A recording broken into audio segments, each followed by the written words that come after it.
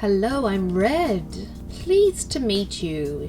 Today I'm going to be reading some r/IDontWorkHereLady, read by Red. Let's get going. Karen slapped and pushed me because I was ignoring her and not helping. I'm an 18-year-old male, born completely deaf and mute. Also, I'm partially blind in my left eye. I live with my sister, who had been taking care of me since our parents died. Recently, she got married and went on her honeymoon, so I'm on my own for a few weeks. This happened yesterday. Usually, whenever I go out, I'm accompanied by my sister due to my disability. But now, since she's on her honeymoon, I had to go out alone.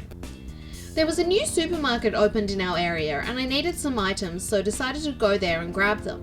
My bad for wearing a red-coloured shirt, almost similar to the employees working there. But if you look closely, you can see that it was not the uniform. I was at the electronics section looking for some batteries when I see an old man struggling to get some DVDs off the top shelf. Since I'm tall, I helped him. He thanked me, I can do lip reading, and went on his way. Then I began looking for the batteries. That's when I felt someone grab my left wrist. I turned around and a woman in her late 40s slapped me. She was saying something, but I couldn't follow her lips as she spoke too fast. However, I was able to catch some words like you, ignore, job, etc. So I signed to her that I'm deaf. Apparently, this was the wrong move because she became more irate towards the signs. Again, she was yelling something, but I couldn't catch anything. So I took my notebook and started writing that I'm deaf and mute. Before I could finish, she grabbed my notebook and pen and threw them away. She slapped me again and pushed me to the ground. Luckily, by this time a store employee came to see what the commotion was about. He saw me on the ground and helped me up. Then he asked me what happened. Before I can sign to him, Karen starts to yell at the employee. I don't know what she said as she was not facing me. After she finished, I signed to the employee that I cannot hear or speak. Fortunately, he understood and explained this to the lady. But she's still not convinced. She tries to assault me again, but I moved away. Then I wrote and asked the employee to call the cops on her. Karen tried to run away, but the security caught her. The police arrived in about 10 minutes. They first talked to the employee, who explained the situation about how Karen had assaulted me because she mistook me for a store employee. One police officer comes to speak with me. I understood that he wanted my version of events, so I wrote everything down and showed it to the officer. Then they went to check the CCTV footage. Then they came back and asked me if I wanted to press charges. I gladly said yes. Karen was then placed in handcuffs and given a free ride in the back of a police cruiser. The manager then explained to me that Karen thought I worked there and she became angry that I ignored her. She had been standing on my left side, so I couldn't see her. The store manager then offered me a 50% discount on the products. I texted my sister about the events that happened and she was livid. Oh, did I mention that my sister's a lawyer? She told me that she herself will be handling the case and would see that Karen would get maximum time. Court date is in around 40 days and I will update about it after court. I really hope you update. I will be keeping an eye on that because I want to make sure that this Karen gets what she deserves. Okay, our next story. It's not a taxi, but I'll take the cake. This happened in the early noughties, 02 or 03. A small background is needed. At that point in my life, I'm a third-year nurse student in the capital. I'm sharing my apartment with a good friend and he is sharing his car. The car was a major factor of the story. It was of a brand cherished by taxi drivers and also yellow, the colour of taxis in the capital. The major differences from a taxi were the lack of taxi sign and that it was a hatchback. Taxis are sedans. It was common for someone to flag us down thinking it was a taxi until we came closer. Anyway, it was summer and my friend was island hopping with his fiancée and had left the car behind. I'd woken up to an almost empty fridge and since I was paid the day before, I decided to forego the small convenience store in my neighbourhood and drive to the big supermarket. I jumped in the car and took a major road artery to the store. I'm stopped in front of a bus stop waiting for the light to turn green when the back door opens and closes and I hear a woman's voice saying the name of a hospital. I turn around to say it's not a taxi, but I stopped in my tracks. A sweet old lady had entered the car.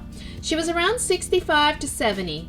She's clutching her purse so hard her knuckles are white. She's clearly panicked. She keeps mumbling, "Please hurry, she went into labor, please hurry." I put the car into gear and start driving towards the hospital. Nurse training kicks in and I start to talk to her to calm her down. She starts to calm and I get the whole story.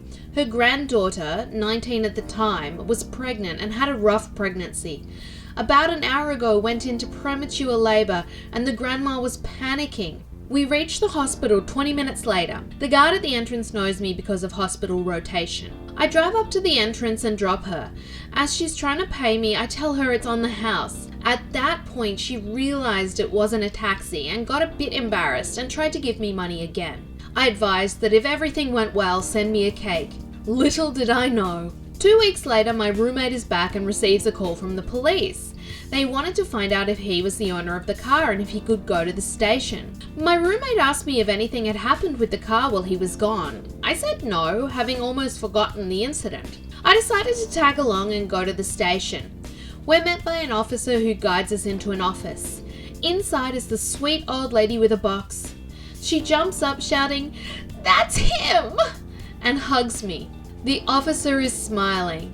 He is the father of her granddaughter and now a proud grandfather.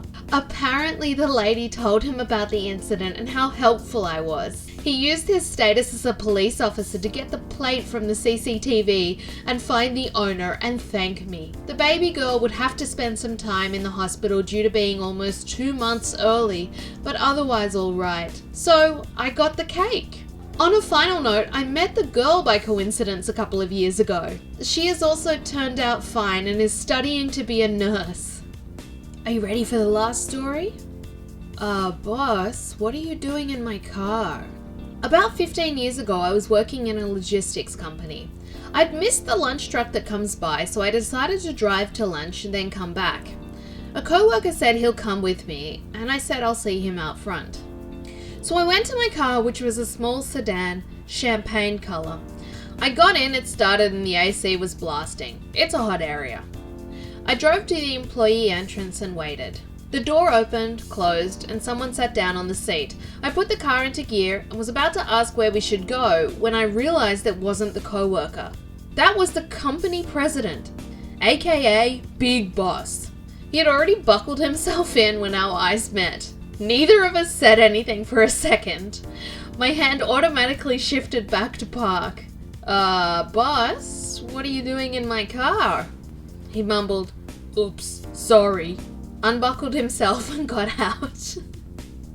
And just then my coworker arrived, looked at my boss getting into another car, a white Lexus. My coworker asked, "What was that?" I shrugged. "No idea, I guess he was looking for his lunch ride." "So, I do work here, but I am not your lunch ride." I don't know, maybe I'm not privileged enough, but I can never imagine getting into a car if I wasn't sure that that was my car. I'm way too paranoid for that. Did you make it to the end? Comment down below and let me know what you thought of these r/IDontWorkHereLady stories read by Red. And while you're commenting, be sure to give the video a like and subscribe as well because you don't want to miss any more stories, right? Thank you very much, guys. I appreciate it. Bye.